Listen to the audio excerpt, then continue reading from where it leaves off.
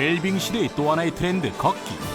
이 걷기와 더불어 패션을 넘어 건강을 생각하는 신발들이 속속 등장하고 있는데요. 신발 산업에 유례없는 돌풍이 불고 있는 것입니다. 세계 신발 산업은 이제 기능성 신발들의 각축장. 그리고 여기 톡톡 튀는 아이디어로 승부수를 던지는 우리의 중소기업이 있습니다. 이제 우리의 건강한 신발이 세계 속으로 성큼 큰 걸음을 내딛습니다. 해양 레저 스포츠의 눈부신 발달과 국민소득 향상으로 점점 대중화되는 요트. 요트 인구 저변 확대를 위한 정부의 요트 산업 육성도 박차를 가하고 있다. 또한 요트 스쿨, 요트 전시회, 국제 요트 대회 등 각종 요트 문화가 확산되고 있는 가운데 요트 투어가 요트 산업의 블루칩으로 떠오르고 있다.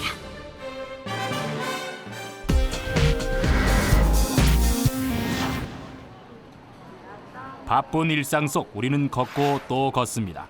지구상 유일하게 직립보행을 하는 인간, 그만큼 발은 정말 중요합니다. 요즘 발 건강은 또 하나의 화두.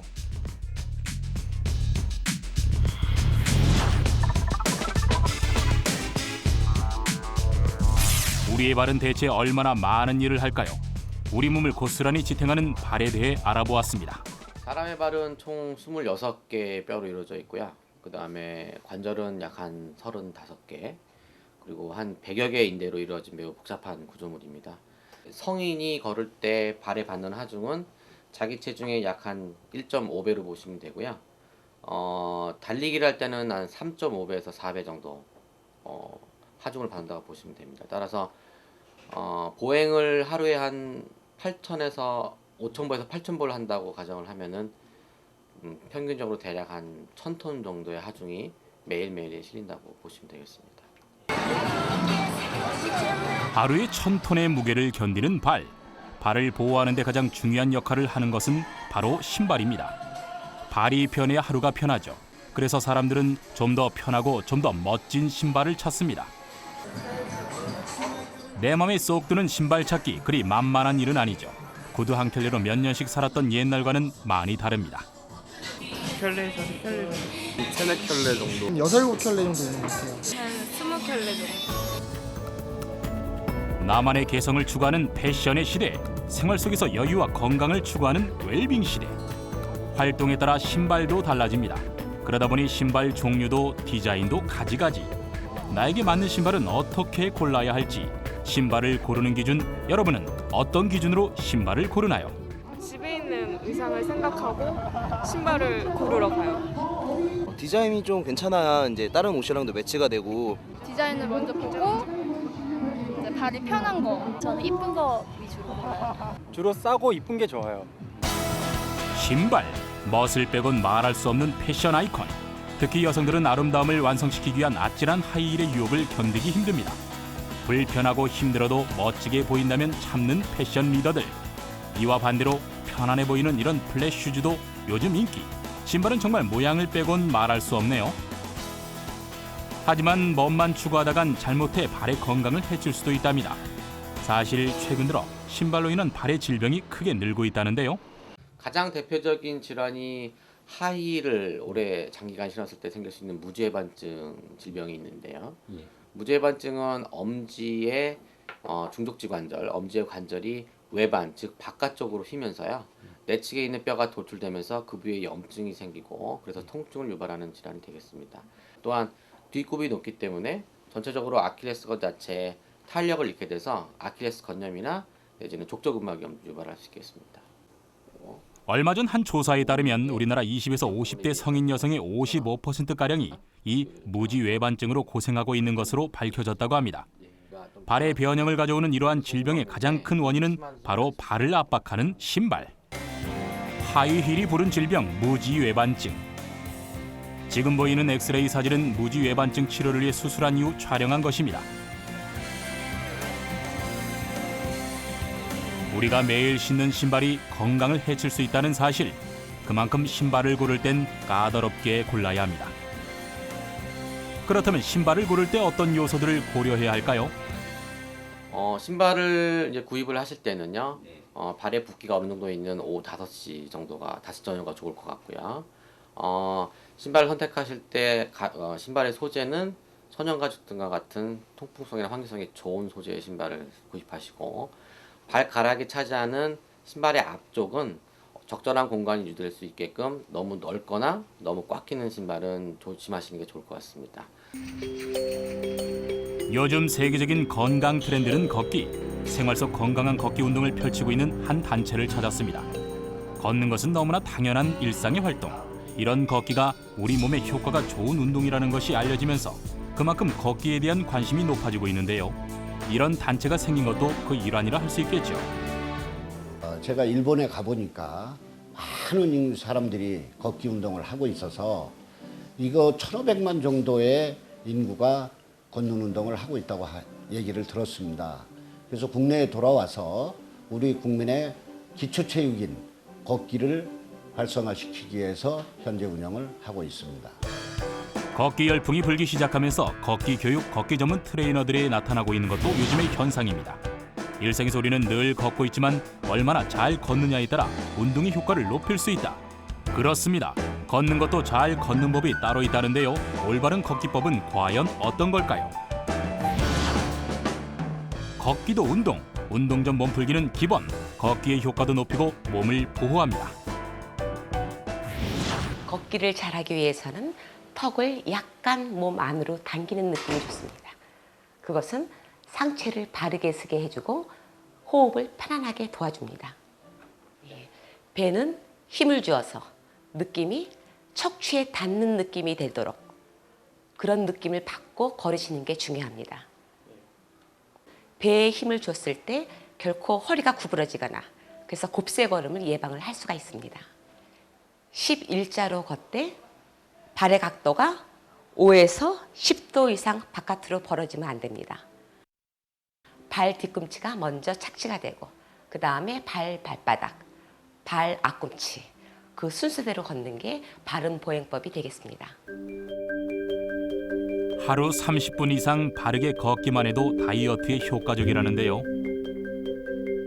꼭 운동으로서가 아니라 평소 일상에서도 바르게 걷는 습관은 우리 몸의 건강에 중요하다고 합니다. 자세만큼이나 중요한 것이 신발입니다. 발은 제2의 심장이라 할 만큼 아주 중요합니다. 신발을 선택하는 것도 한 중요한 방법이라고 할 수 있겠습니다.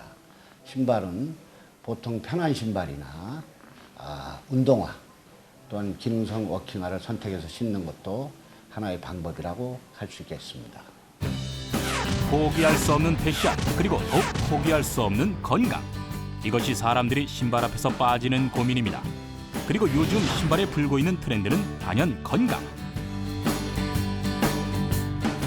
기능성 신발이 있잖아요. 근데 디자인도 예쁘고 근데 제가 원하는 가격대에 비해서는 약간 좀 높아서 제가 선호한 편은 아니에요. 그 기능의 역할을 제대로 한다면 살 것 같아요. 다리 날씬하게 해주는 그게 있어서 그거는 이제 혹해서 하나 사고 있고 지금도 잘 신고 있어요. 건강에 좋은 신발이 있으면 한 번이라도 신어보고 싶어요. 신고 걷기만 해도 강력한 피트니스 효과. 신기만 해도 건강에 도움이 되는 기능성 신발들. 신발이 도입되는 과학. 그리고 여기에 더하여 획기적인 아이디어로 기능성 신발 시장에 도전해온 우리나라의 한 기업이 있다고 해서 찾았습니다. 오직 기능성 신발 개발에 매진해온 특성화 기업. 이 기업에선 세계 최초의 뒷굽 없는 신발을 개발해내었다고 하는데요.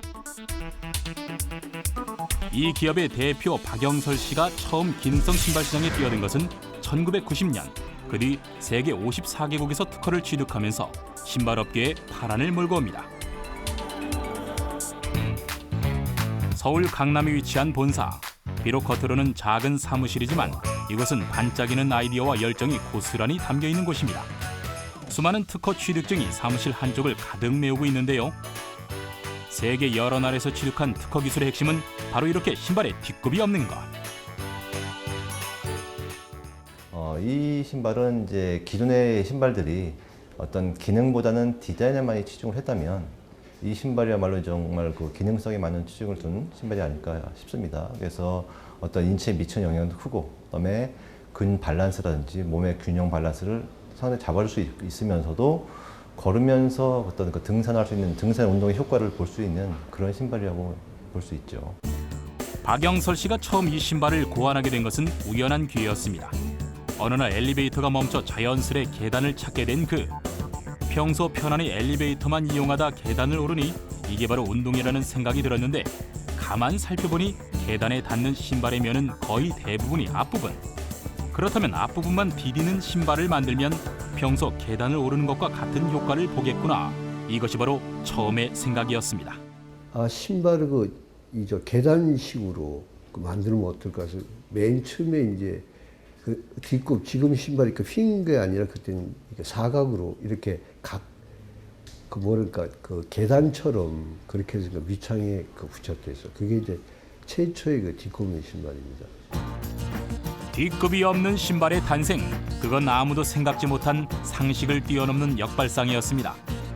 이렇게 뒷급이 없는 신발, 너무나도 낯선 이 신발은 우리 몸이 뒷급에 의존하는 것을 낮춰 건강에 도움이 되는 결과를 가져온다고 하는데요.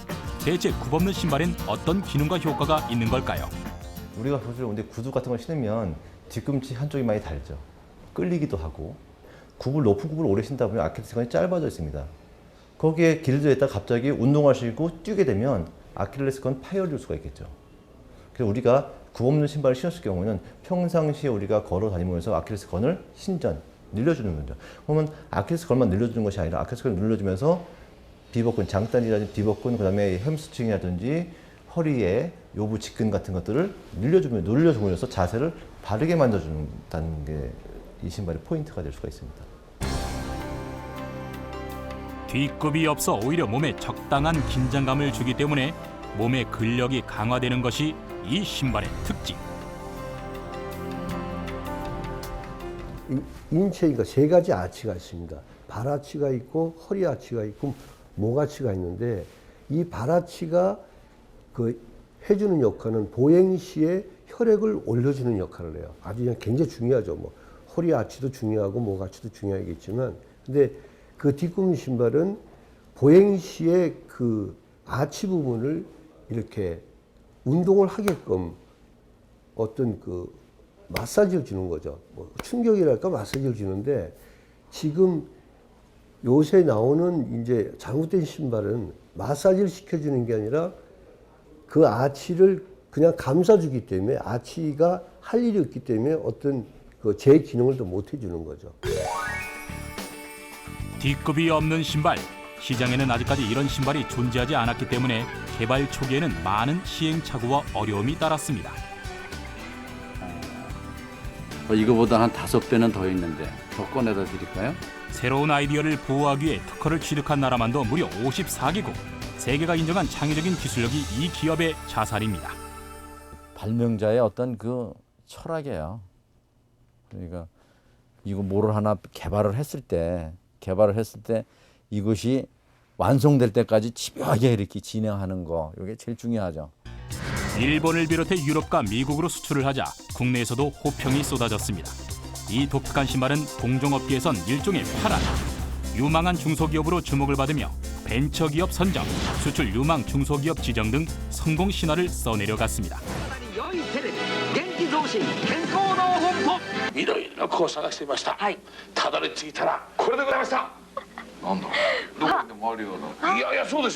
이 같은 반응은 일본에서도 마찬가지.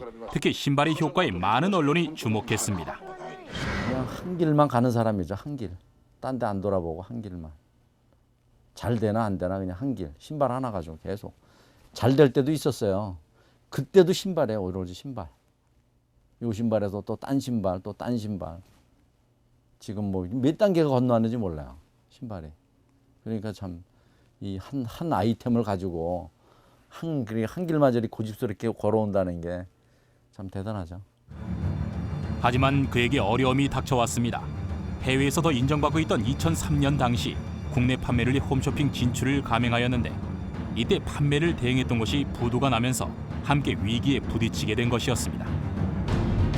판매를 하지 못하게 된 것은 물론 막대한 물질적 손해를 입게 된 것. 그에게 남은 것은 팔지 못한 제품뿐이었습니다. 예, 물론 정말 힘들었죠. 정말 힘들고 보통 한번 부도를 맞게 되면은 이 사업하는 사람들은 정말 제기가 어렵습니다. 근데 그동안 저희 그 제품을 이렇게 사용하신 분들이 그런 좋은 점을 알고 그러니까 효과를 보기 때문에 저한테 경내에 어떤 힘도 주고 그다음에 그런 매니아층들이 많이 형성된 게 저한테 큰 힘이 됐고. 국내 신발 생산의 산실 부산. 이곳에 그의 신발을 생산하는 공장을 찾았습니다. 한때 어려움을 겪었지만 다시 연구 개발을 거듭해 재기에 성공한 것입니다. 요거는 음각선이고 여기는 양각선이 되겠죠. 요거랑 비슷하지 여기. 이게 이렇게 홈이 파지는 식으로 해주면 되는 거고. 그다음에 요게 이거하고 봤을 때 그 신발이 이제 가장 문제가 이제 걸었을 때 충격이거든요. 아스팔트나 이 딱딱한 도로 아니면 자갈밭 길을 대비를 해서 제가 이제 고안한 이 터널 신발은 충격이라든가 이런 발에 대한 고통이 전혀 없고 굉장히 편안한 신발이죠. 다시 한번 초심으로 돌아가 신발의 기능성을 더욱 보완하고 디자인에 있어서도 현대적 감각에 맞춰 마침내 신제품 개발을 완료했는데요. 이 신발의 가장 큰 특징은 바로 신발 중창의 터널. 아무래도 미드솔이라고 봐야 되겠죠. 안정감을 주고 충격을 흡수하고 디자인을 형성시키는 그런 역할을 하고 있습니다. 걸을 때 신체에 미치는 충격을 줄이기 위한 아이디어는 바로 터널. 공기층이 지면에서 전달되는 충격을 한 번 분산시키는 역할을 하는 것입니다. 뒷굽이 없는 신발이나 신발 굽에 공기층을 주는 터널 공법은